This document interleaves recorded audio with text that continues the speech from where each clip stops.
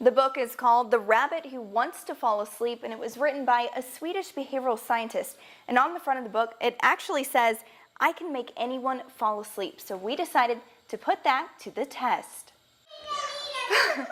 Josh,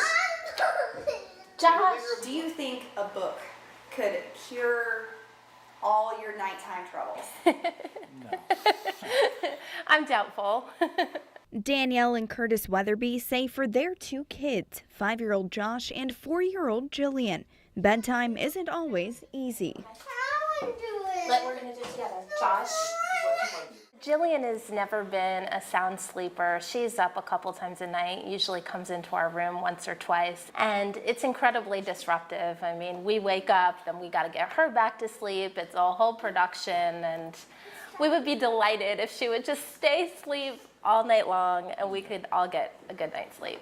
We decided to set up hidden cameras and follow Josh and Jillian through their nighttime routine of brushing teeth and story time, this time with the Sleepy Book. Can I sit in the middle?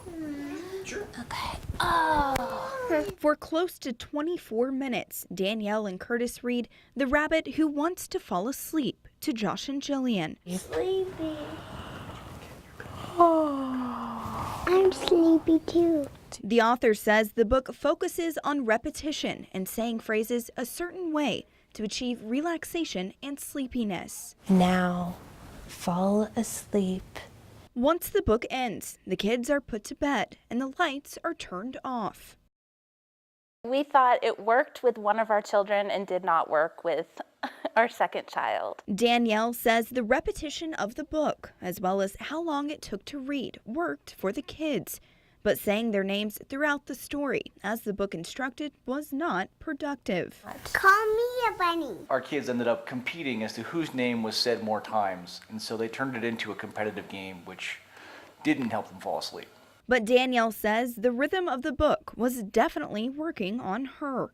The author warns in the instructions to use the book with caution and never read it aloud to someone who is driving. I was reading the book start to finish, and I think about, 4 or 5 pages in, I literally thought I was going to fall asleep. I had to regain my composure so I could finish the book. The Weatherbys say the biggest problem the book didn't address is staying asleep.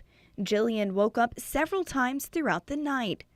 But they say they're willing to try the book again with a few minor adjustments, like having the kids lay down while the book is being read. We do want to mention that we only did the experiment with one family over one night, and the author does recommend that you try it more than one time. In Northwest Arkansas, Ellen Thalls, 5 News.